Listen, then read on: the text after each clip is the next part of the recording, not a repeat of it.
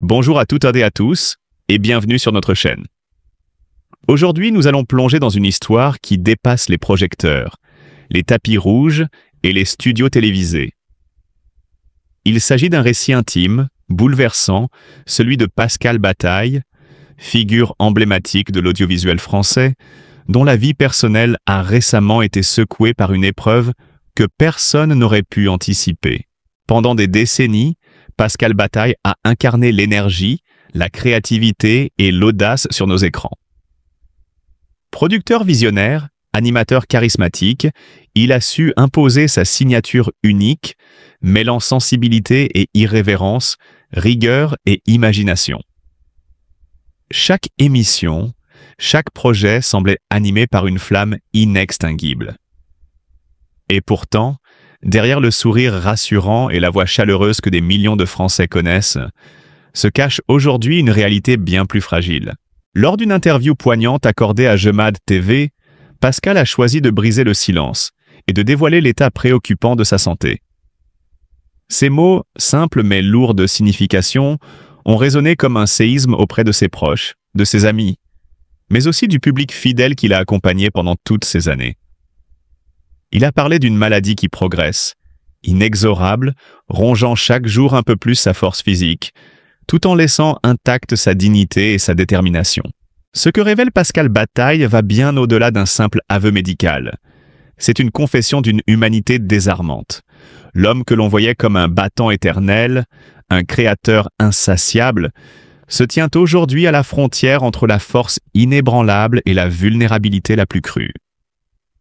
Cette mise à nu, inattendue et bouleversante, touche chacun de nous parce qu'elle rappelle l'inéluctable vérité à laquelle tous nous sommes confrontés, la fragilité humaine. En revisitant sa carrière, on mesure toute la profondeur de son parcours. Ses années de gloire, ses projets audacieux, ses collaborations marquantes, tout cela témoigne de son talent et de son engagement. Mais aujourd'hui, c'est une lumière différente qui émane de lui. Plus fragile, presque vacillante, mais infiniment plus profonde. Et c'est précisément cette lumière, cette vulnérabilité assumée, qui captive et bouleverse. Le choc pour le public a été immédiat. Les spectateurs, habitués à l'image d'un homme infatigable, ont découvert un Pascal Bataille humain, vulnérable mais toujours noble. Ces mots ont été prononcés avec une élégance rare, une dignité qui force le respect. Loin de s'apitoyer, il a accepté de partager la bataille intérieure qu'il mène, offrant un exemple de courage exemplaire. Pour sa famille, cette épreuve est immense. Voir cet homme qu'ils aiment, ce père, ce compagnon, cet ami, révéler sa fragilité est bouleversant. Dans ses regards, on perçoit à la fois l'inquiétude silencieuse et une tendresse infinie. Mais Pascal Bataille ne combat pas seul. Le public, fidèle depuis tant d'années, a répondu avec un élan de solidarité saisissant. Les réseaux sociaux se sont transformés en un immense hommage numérique. Messages de soutien, souvenirs partagés, remerciements sincères pour toutes ces années de bonheur télévisuel. Certains évoquent une émission particulière, d'autres la bienveillance et l'humour, qui ont toujours caractérisé l'homme derrière la caméra. Ce paradoxe est fascinant. C'est dans sa vulnérabilité que Pascal Bataille se révèle le plus grand. Avouer sa faiblesse, reconnaître une maladie qui ne laisse aucune illusion, c'est accomplir un acte de courage et d'humanité rare. À travers ce témoignage, il devient un symbole universel, symbole de résilience, de dignité et de grandeur face à l'inévitable. Les caméras ont capté plus qu'un aveu médical. Elles ont figé un instant de vérité pure, une image bouleversante d'un homme debout face à ses limites, offrant au monde une leçon de vie précieuse. À 65 ans, Pascal n'aspire plus au sommet médiatique. Il aspire à transmettre une force intérieure, une noblesse d'âme qui inspire chacun de nous. Sa parole n'est plus celle du producteur inventif ou de l'animateur brillant, mais celle d'un homme qui ose regarder la vie dans ce qu'elle a de plus cruel et de plus fragile. Son récit, universel, nous confronte à nos propres peurs et fragilités, et en même temps, nous offre un modèle de courage et d'acceptation. Chaque jour, la maladie pèse sur ses épaules, mais elle n'éteint pas sa lumière. Les moments de silence, les nuits blanches, les instants de doute, Tout cela s'inscrit dans une lutte intime que Pascal choisit désormais de partager avec nous.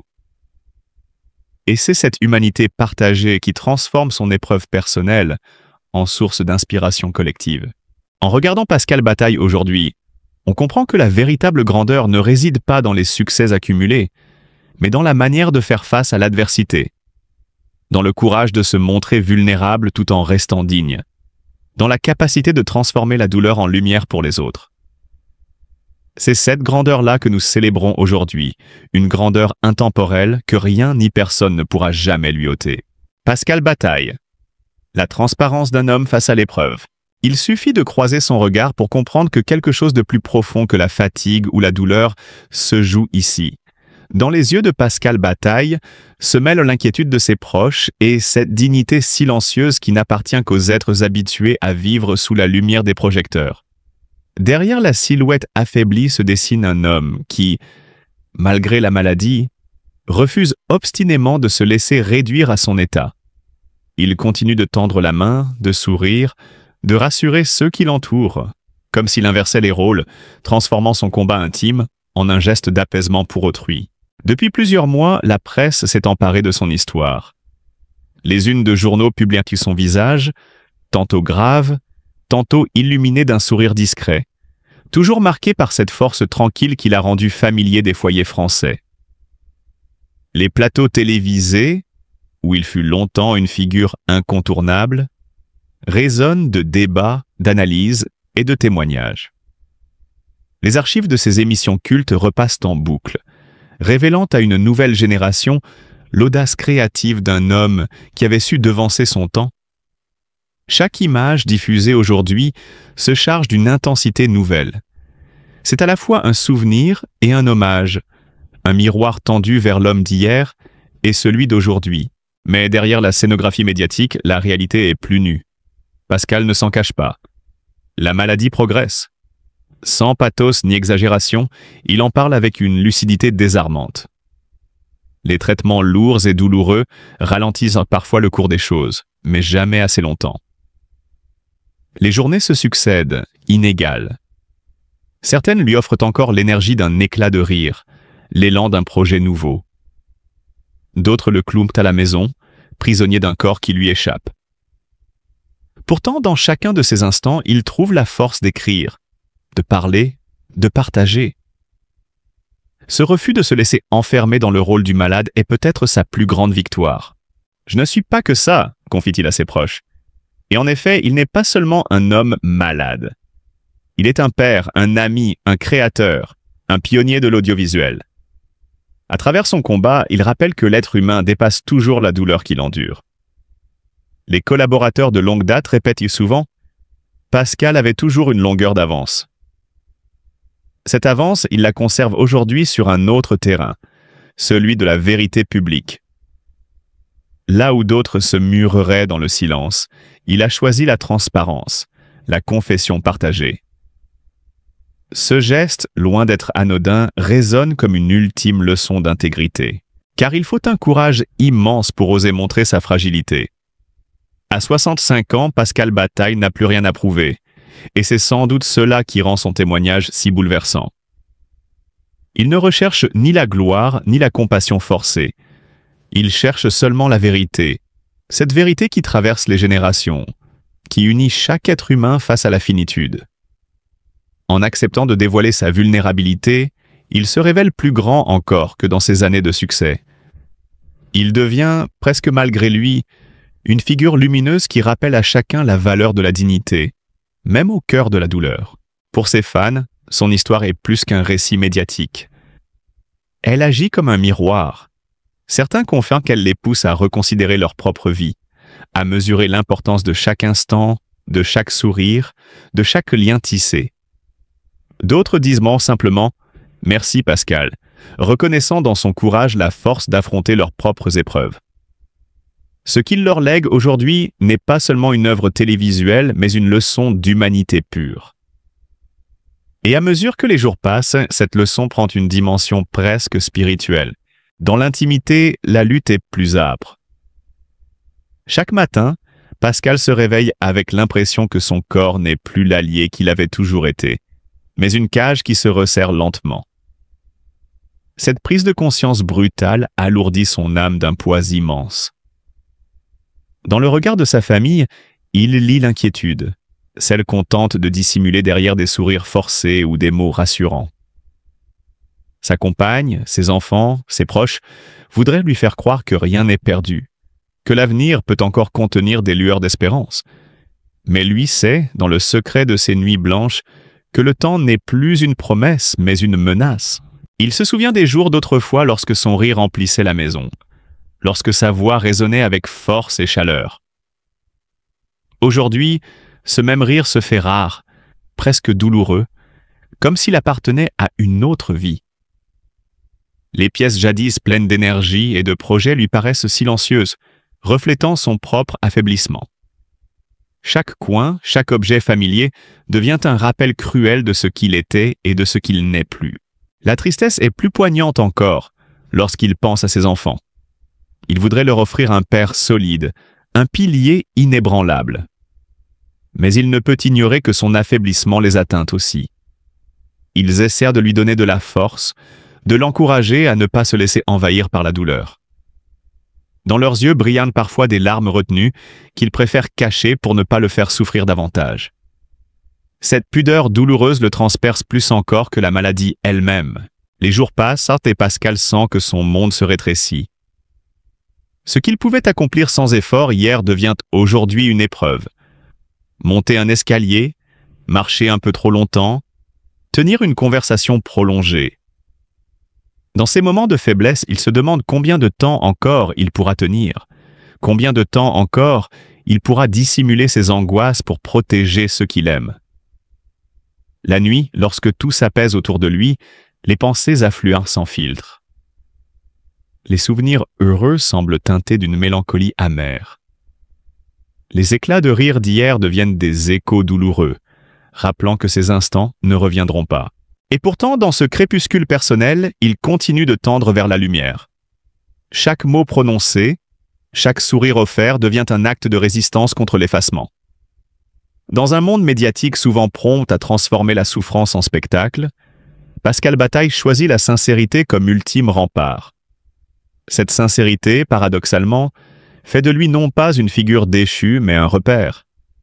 Un repère pour tous ceux qui, un jour, devront affronter la fragilité de leur propre existence. À travers ce combat, c'est peut-être une autre facette de la célébrité qui se révèle. Celle d'un homme qui, ayant connu la gloire, choisit de ne pas cacher sa chute, mais de la partager pour lui donner sens. Dans cette vérité nue se loge quelque chose d'universel, qui touche au cœur même de l'expérience humaine. Et c'est là, sans doute, le dernier et le plus grand enseignement de Pascal Bataille. Dans le silence de son quotidien, Pascal Bataille fait face à une réalité que peu d'entre nous peuvent encore pleinement comprendre. La nostalgie, autrefois douce compagne des souvenirs, est devenue pour lui une blessure vive. Son corps, jadis source de vitalité et d'énergie communicative, semble le trahir, imposant un rythme qu'il n'a jamais choisi. Chaque mouvement devient un rappel cruel de ses limites, chaque souffle une confrontation avec la fatigue accablante qui réduit ses ambitions à l'état de rêve lointain. Cette contradiction entre un esprit toujours vif et un corps affaibli ronge Pascal au quotidien.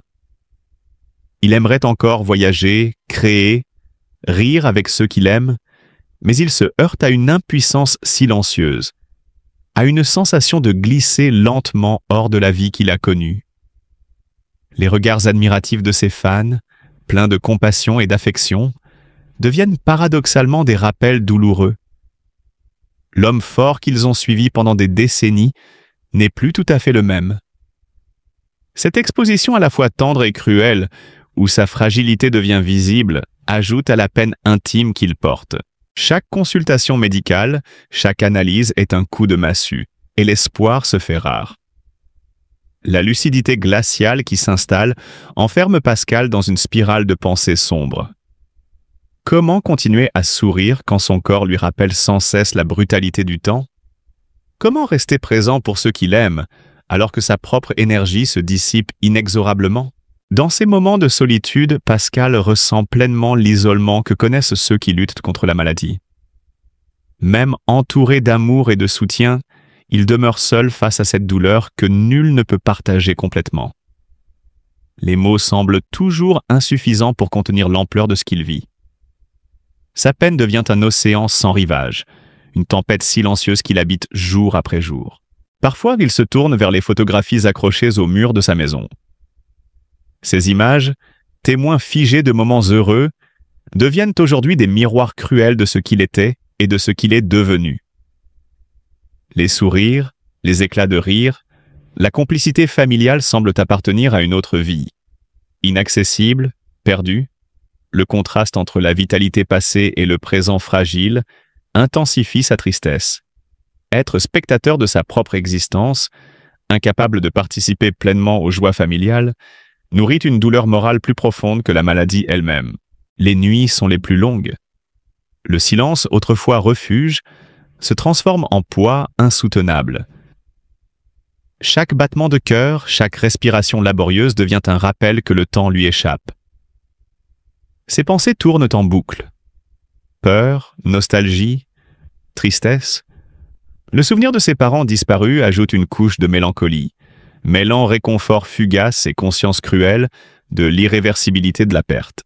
Même les gestes d'affection de ses proches, bien intentionnés, peuvent éveiller en lui un sentiment de gêne et de culpabilité.